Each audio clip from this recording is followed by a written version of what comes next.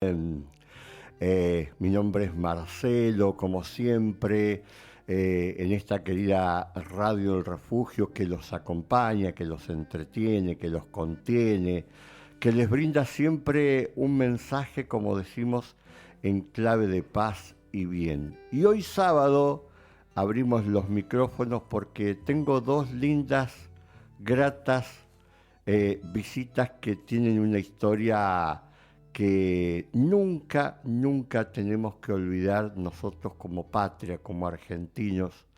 Esta historia que tiene que ver con esa patriada, esa gestada de eh, las Malvinas, que siempre, siempre van a ser nuestras, nacidas de la entraña de nuestro corazón de patria, ¿no?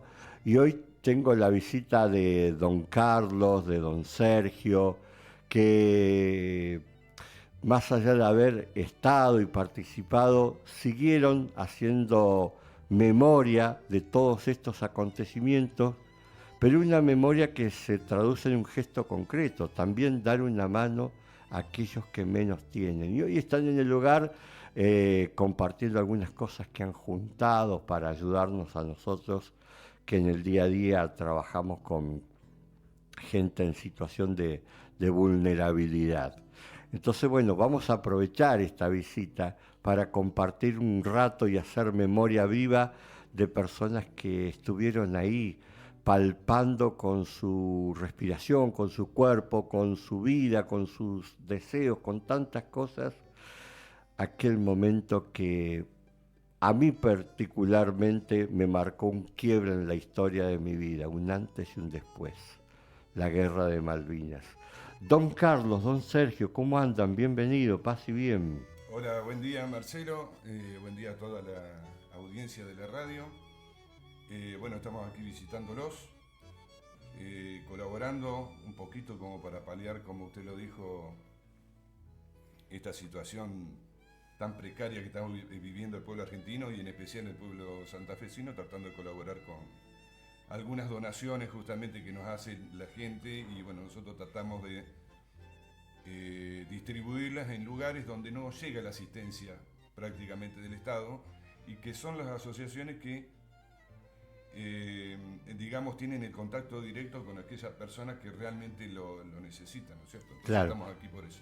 Don Sergio y don Carlos, ustedes eran jóvenes en aquella época y de pronto hay una convocatoria y cuenten partiendo desde ahí, ¿no? Bueno, ¿Cómo es esa historia? es una historia, digamos, nosotros no nos creemos superiores a nadie, nosotros tenemos una historia de vida distinta, por eso en la ciudadanía por ahí somos un poquito distintos justamente por esta situación que fue muy traumática en su momento porque nosotros teníamos 18 años, recién terminábamos la escuela secundaria en el año 81 y en el año 82 al mes estábamos prácticamente entrando ya en un conflicto bélico que nosotros prácticamente no teníamos ningún tipo de preparación.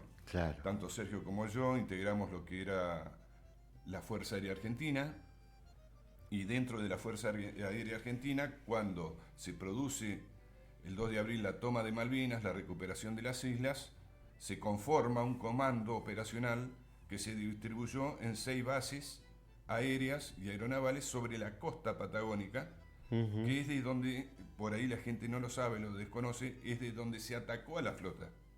Claro.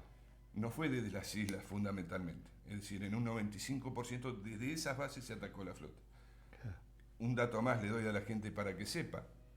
De los 55 héroes nacionales que dejó la Fuerza Aérea Argentina, 43 salieron de nuestras bases, tanto pilotos como tripulantes, o sea que eran nuestros compañeros.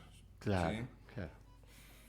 Y bueno, llega aquel día de esa convocatoria y vos me decías, Carlos, Sergio, eran jóvenes, con una Eran, expectativa de vida que les cambió el rumbo de pronto. por eso dije al principio que fue una situación traumática porque antes Claro. existía lo que era el sorteo de las clases, Ujú. en donde con los últimos 3 números del documento de identidad, a través de la Lotería Nacional, se producía un sorteo y dependiendo del número que le tocaba, en ese sorteo o ibas ejército o ibas a la armada o te tocaba la Fuerza Aérea.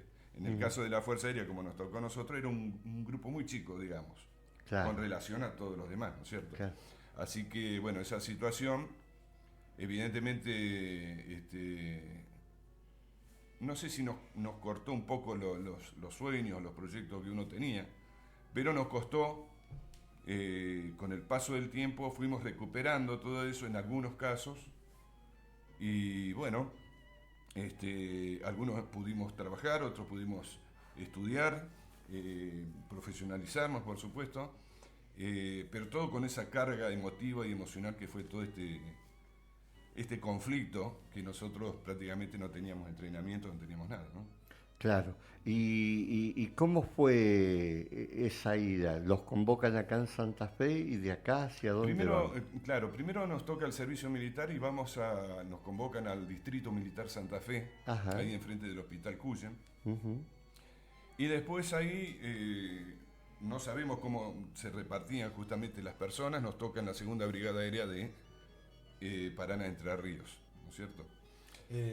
Sí. Yo creo que por cercanía nos dejan de Santa Fe a Paraná. Ajá. Porque había otras personas que también por cercanía por ahí las llevaban a Reconquista, a la Tercera Brigada Aérea. Entonces creo que por cercanía nos han dejado ahí.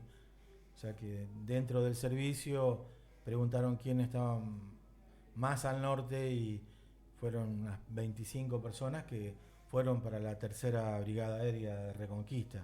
Exactamente. Hay toda una historia que la conocemos porque los grandes medios se encargaron de hacer documentales y un poco sin descuidar la realidad, están en formato documental, ¿no? Pero yo tengo acá dos personas a las cuales le puedo preguntar, porque esa memoria queda grabada en huellas, ¿no? ¿Qué sensaciones, qué sentimientos, qué emociones en toda esta situación que vos decías, Carlos, nos generó un trauma, pero también qué otras cosas generaba esto de decir, vamos a una guerra? ¿Qué significaba para un joven de 18 años la situación de una guerra? Porque uno dice guerra y habla de una posible muerte, una posible derrota, victoria. Sí, es una situación, digamos, un montón de sentimientos y de emociones y de sensaciones que uno no los... Imagínate, Marcelo, a los 18 años, muchos no lo pudimos procesar en ese momento. Ajá. Pero con el paso de los días, y una vez que estábamos en una de esas bases trabajando ya, con el paso de los días nos fuimos dando cuenta de la vorágine de los acontecimientos. Había órdenes, contraórdenes, locura. Bueno, Sí, había sí. una serie de inconvenientes y de problemas que a nosotros nos costó, digamos, digerir todo eso con el paso del tiempo, ¿no es cierto? Claro. Además de más allá de lo que fue el ingreso, nosotros veníamos antes los 18 años, ¿no? Son como los 18 años de ahora.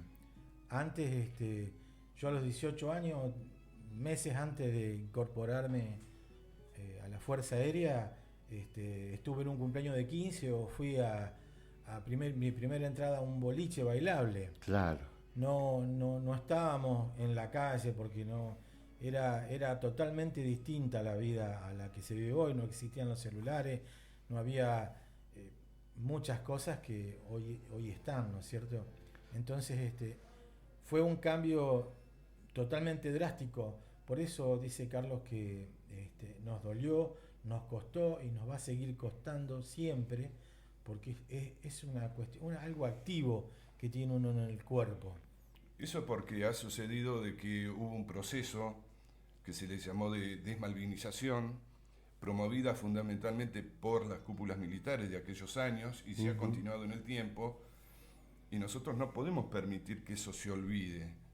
Totalmente. ¿No es cierto? Porque acá, luego de ese conflicto, pasaron años, algunos años, nos legislaron como veteranos de Malvinas, de la Fuerza Aérea Argentina, pero ¿qué es lo que sucedió? Cuando Alfonsín sale al balcón después del levantamiento cara pintada de Aldo Rico y dice, la casa está en orden. La casa está en orden. Había arreglado con el personal profesional de cuadros, que ellos se incorporen dentro de lo que son las pensiones y los reconocimientos y emolumentos plenos, todo el oficialato, digamos, claro. ¿cierto? En desmedro de nosotros, claro. de los conscriptos, cuando toda la legislación era justamente para lo que no teníamos contención, digamos. Carlos, Sergio, ¿qué tan cerca estuvieron del conflicto en sí? ¿Qué tan cerca estuvieron de la muerte incluso, ¿no? ¿Cómo era su trabajo? ¿Qué es lo que hacían? Bueno, ¿A quiénes apoyaban? ¿Cómo era la diaria dentro de ese conflicto? Yo al principio dije de que la Fuerza Aérea Argentina no podía operar desde las Islas Malvinas porque no se podía mantener en una pista de 1.300 metros 70 o 80 aviones claro. trabajando de manera simultánea cuando era prácticamente un aeroclub. O sea, la pista tenía 1.300 metros y un avión caza necesita 3.000 metros de pista claro. como mínimo para despegar con toda su carga. Entonces, ¿qué hizo la cúpula militar? No, vamos a desplegar en lo que ellos llamaron posiciones relativas favorables 6 bases aéreas, ¿no es cierto?, en virtud del alcance que tenía el avión, es decir, si el avión tenía mayor alcance estaba un poquito más alejado, pero la función de la Fuerza Aérea fue activa y directa en el conflicto. Claro, sí, sí. Fue sí, activa y directa en la conflagración. Sí. Por eso dije también al principio que de los 55 héroes nacionales de esta fuerza, 43 salieron de nuestras bases. Claro. ¿Sí? Claro. O sea, yo creo que queda más que claro que esa situación que por ahí desconoce la gente, la ciudadanía, tiene que quedar en sobrerrelieve, ¿no es cierto? Nosotros también hubo intentos de copamiento de las bases, porque ¿cuál era el problema de los ingleses? El problema de los ingleses, después del hundimiento de su joya, que era el Sheffield. El Sheffield. Exactamente. Es decir, la secuencia sería el 2 de mayo, lo hunden al Belgrano, al crucero Belgrano, y en represalia la Fuerza Aérea, a través de la aviación naval, le hunde con un misil Exocet y un avión superetendard el Sheffield, que era digamos, como dijimos, la joya, ¿no? la madre de Entonces todo. Ahí, claro, y ahí cambia la estrategia ¿cómo se llama? De la Comisión de Defensa, digamos, de lo que era de Inglaterra. Entonces las bases aéreas pasan a ser objetivo prioritario número 10. Claro. ¿Sí? Porque no podían permitirse que la Fuerza Aérea les hundiera un portaaviones. Sí. ¿Está? Entonces, hubo incursiones de comando SAS, que ya está todo los SAS son las tropas de élite más altas que tienen los ingleses, justamente, ¿no es cierto? Los más entrenados, que querían destruir justamente o anular el poderío aéreo argentino, ¿no? Eso no lo sabe la gente. ¿Hubo riesgos más grandes que nunca no nos enteramos? Hubo riesgos de ataques de bombardeos. Claro. Lo que pasa es que no se daba a conocer porque acá se desprende otra situación. Si Inglaterra atacaba de manera pública, digamos, entre comillas, algunas de las bases aéreas de la Fuerza Aérea, que era la que le estaba ocasionando los mayores daños en buque y personal, ¿sí?, a sus tropas, se activaba lo que era el TIAR, Tratado Interamericano de Asistencia Recíproca, que obligaba a todos los países de Sudamérica a intervenir. de América a intervenir en apoyo de Argentina. Claro. Entonces lo hicieron a través de comandos, a través de comandos especializados. Pero el riesgo era latente, había alertas rojas día por medio todos los días. Es decir, bueno, yo me acuerdo que cada tanto se nos hacía apagar la luz total en las ciudades. Las prácticas de oscurecimiento, justamente. Claro, en todos lados, porque estaba latente esa posibilidad, ¿no?, de que el conflicto se traslade a otros puntos de... Es que estaba trasladado. Estaba trasladado. En realidad estaba trasladado. Lo que pasa es que lo ocultaron de tal manera bueno, también los medios de prensa tuvieron mucho que ver en esto, ¿no? Había un diálogo que se estaba dando ahí que también influyó para que esto no pase a mayores. La derrota de una guerra es consensuada en esto. ¿Cómo lo ven ustedes desde adentro? ¿La derrota o el triunfo en la guerra? ¿Fue consensuado eso?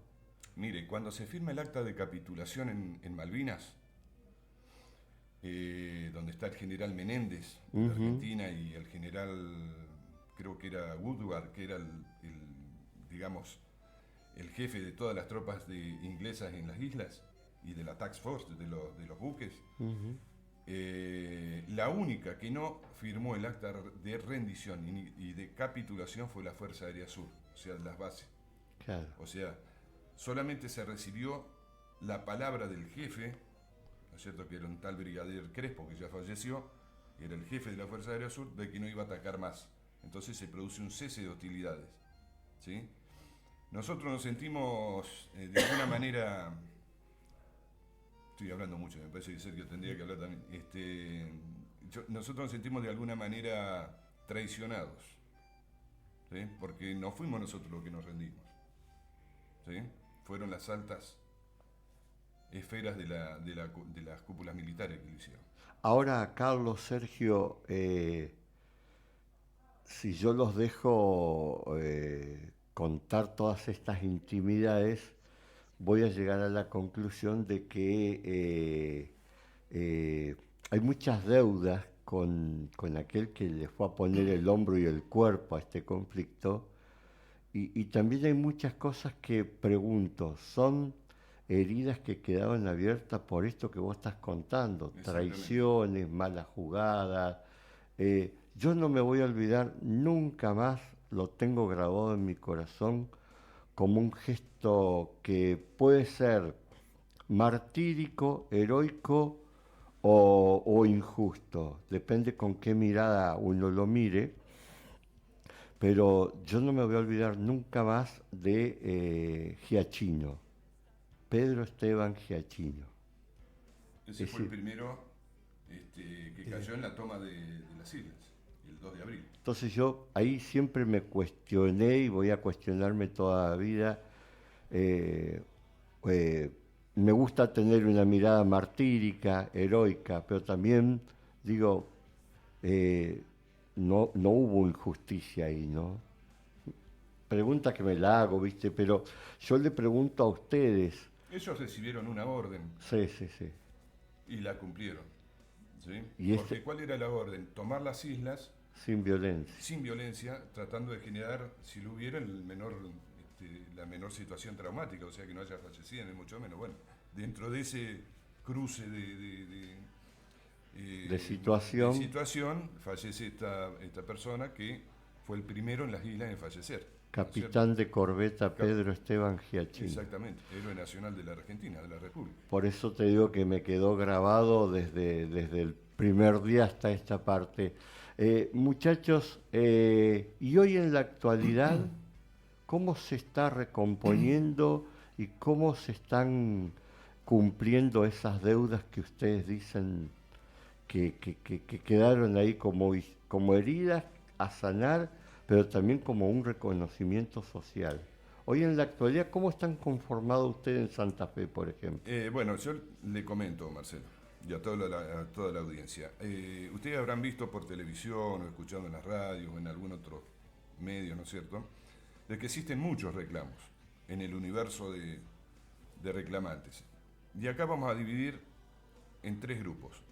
El primer grupo, que es el que ya está plenamente reconocido, que son los que estuvieron en las Islas Malvinas y alrededor y en el mar, porque fue una guerra de orden aeronaval, no fue una guerra terrestre, como quieren implantar, ¿sí?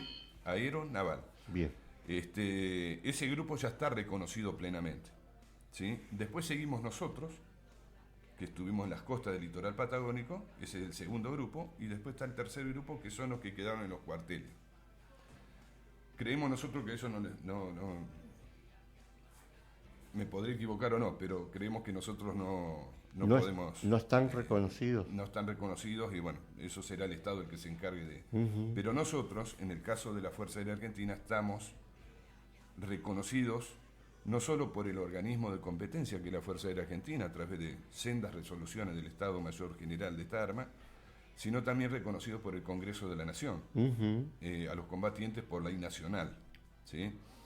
Y bueno, hoy ha habido una situación jurídica y legislativa en la cual se nos apartó de los reconocimientos sociales y pensionarios que le corresponden a cualquier veterano de guerra con los antecedentes que nosotros tenemos, ¿no es cierto? Y bueno, estamos en lucha, se han presentado... Esa es una lucha.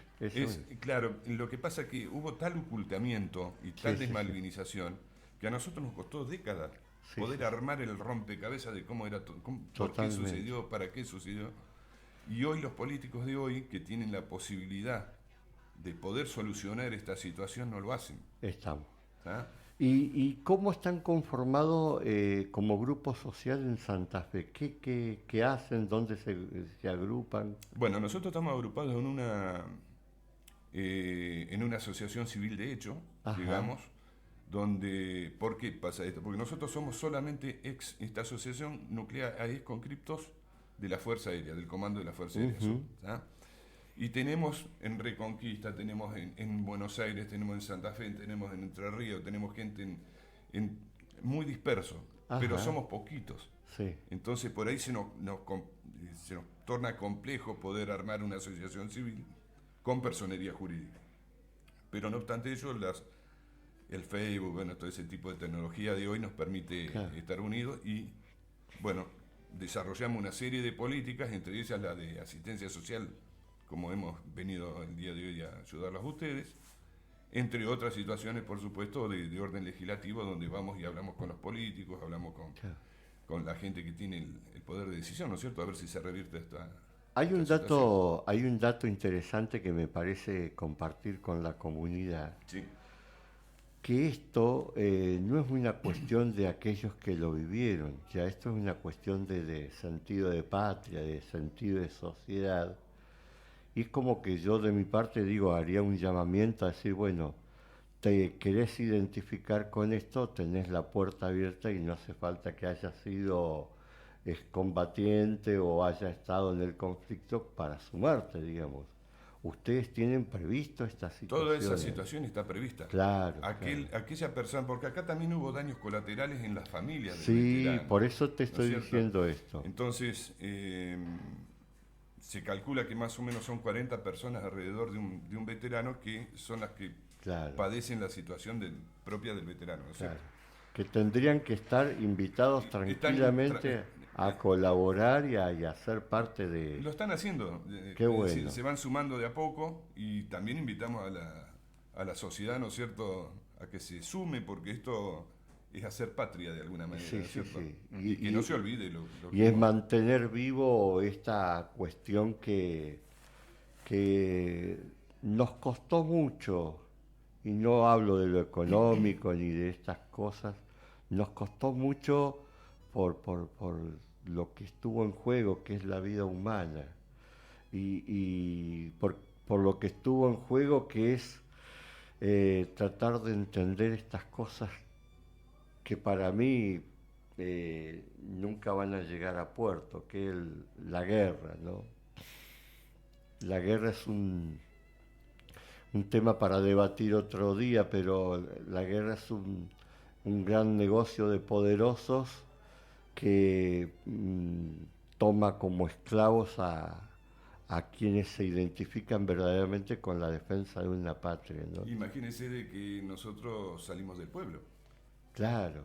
Nosotros somos gente del pueblo, éramos pibes como él, que salíamos de la como la decía Sergio, tenía un cumpleaños 15, fui a un boliche, estaba planificando una facultad quizás o un noviazgo y de pronto... Se truncó todo. Exactamente. Pero bueno, en el decurso de la vida de cada uno, usted sabe que el espíritu de cada persona es distinto, entonces algunos se dedicaron a trabajar, otros se dedicaron a estudiar y trabajar, otros, bueno, Y así la fuimos llevando con toda esa carga que nadie se sentó que nadie se sentó a hablar con nosotros para tratar de solucionarlo y darnos algún tipo de paliativo. No todo se arregla con plata, eso no, por supuesto. Le digo Marcelo. Don Carlos, Sergio, yo les invito a un pensamiento final, les agradezco que vengan, ojalá que no sea la primera y última, vengan cuando quieran, hay mucho para compartir desde sus historias, ya vamos a ver cómo lo podemos organizar esto, pero los invito para cerrar a un pensamiento final cada uno. En lo personal yo podría decir para toda la sociedad de que hoy los veteranos de guerra caminamos entre ellos, entre la ciudadanía, tienen que aprovecharnos porque la experiencia de vida que hemos tenido no la ha tenido toda la gente y es una forma de malvinizar y de hacer patria, el verdadero sentido de patria, ¿no es cierto? Y colaborar en situaciones como está el país hoy, que está en una situación muy difícil. Estamos viendo los informativos de hoy con toda la lluvia que ha pasado y se ve el alto grado de abandono y de improvisación que hay en la política, ¿no es cierto?, en distintos lugares. Bueno, todo eso se tiene que solucionar con una buena política de Estado y bien patriota. ¿Sí? Gracias.